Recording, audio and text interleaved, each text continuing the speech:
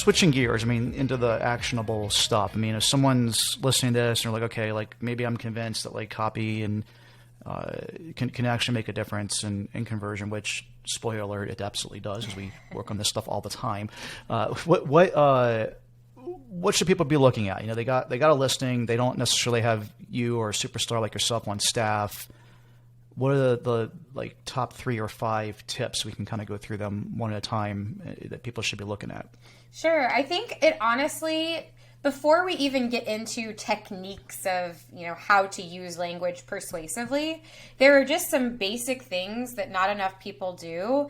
And doing those, even just making those structural choices can have a really big impact. So being clear about what are those need to know details that a customer is looking for to feel like this is a good match. Because no matter what we're shopping for as customers, we have a set of criteria that we're running through, and we don't really want to invest a lot of time into having to, you know, take out our magnifying glass to analyze a listing to figure out if this was a good fit for us. We want to be able to look at it and within a few seconds or a minute be able to say, yeah, this is the one for me.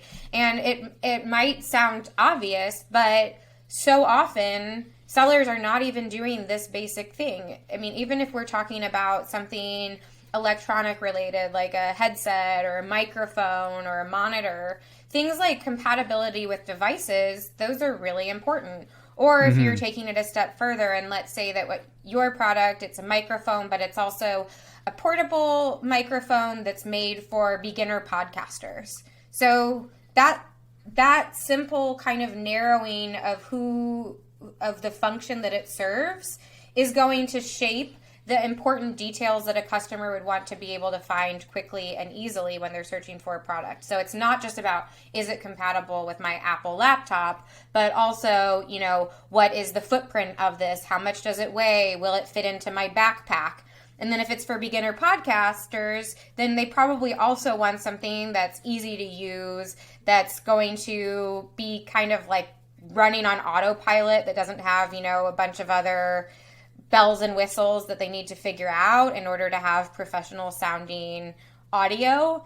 And so those details, you want to make them easy to find, and you want to have them all organized in a way where like information is together. So that's not just, the bullets are one of the main places that this is important, but really throughout the listing, it's something that you want to be thinking about. So when it comes to the bullets, what are the 5 most important pieces of information?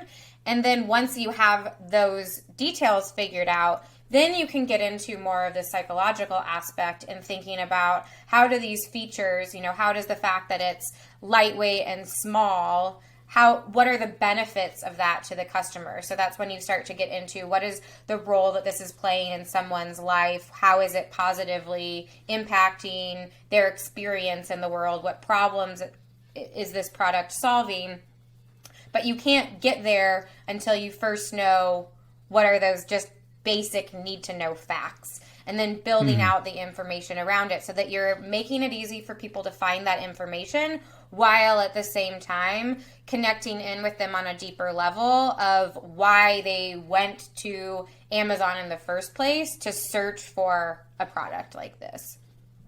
Yes, I mean, it sounds like, you know, before you even write the first word for your listing, you should break out a notepad or a Google Doc or whatever your preferred method of doing this is, and list out the benefits, first of all, like what is it that's going to, this product's going to help the customer do, the compatibility type stuff, the specs that people, I don't know why, it drives me crazy. Like I'm obviously an Amazon shopper, and lots of times like I feel like I'm having to play Mr. Detective trying to figure out like the weight or the size of things, like where this is applicable. It blows my mind. I know, and that's exactly it, is like, it's either maybe because it's too obvious that people don't even think about it, or they're just not spending the time. Because I think that also a lot of times the listing is more of an afterthought, or something of like, oh my gosh, our product's about to arrive at, you know, Amazon, right, and we don't have a listing yet because we've been busy doing all this other stuff. And so let's just scramble and put something together, and then you never really get around to going back and making sure that all of that important information is there. But nobody wants to waste their time doing that. And so the problem when you're not considering all of those details is, yeah, sure, you may still make some sales, but also there's going to be some people that are buying this hoping that it actually has the specs that they needed to. Or maybe they're doing what I did a few days ago, which is I needed a new toiletry bag for traveling. And well, congrats, you're traveling again. How neat. Yeah, slowly but surely getting back into the world again. Sad to leave my leggings behind. I don't think that those have yet become business appropriate, though I'm still crossing my fingers that will be the case. But so I needed a new toiletry bag, and none of the listings were good. They were all kind of garbage, to be honest. And so what did I end up doing? I bought 3. And I said, you know what? I'll look at all of them. I'll see, how I like the zippers. I can even be much more critical doing it this way because I actually have the tangible goods in front of me to be able to interact with. And then, I'll just drop by the UPS store that's a 2-minute drive from my house when I have a chance and return the ones that I don't end up using. And people are doing that all the time. So just because you make the sale with that initial purchase, it doesn't actually mean that it's a sale that's going to stick.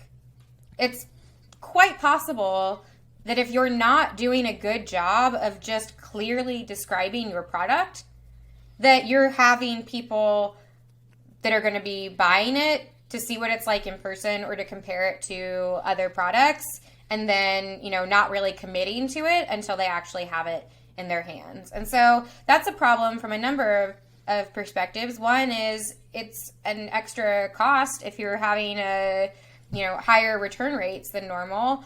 Also, it puts your listing at risk and your seller account health a little bit in a potentially troublesome situation if too many people are returning not as described.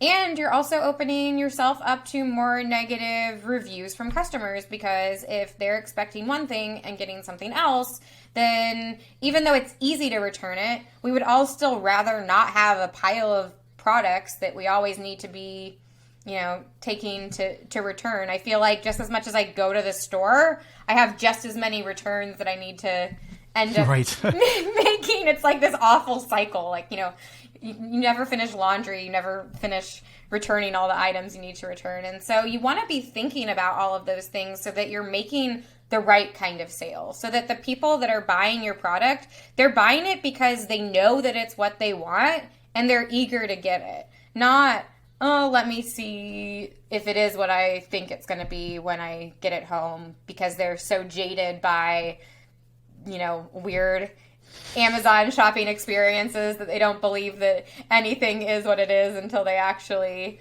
are able to get the box and touch the product for themselves. Mm-hmm.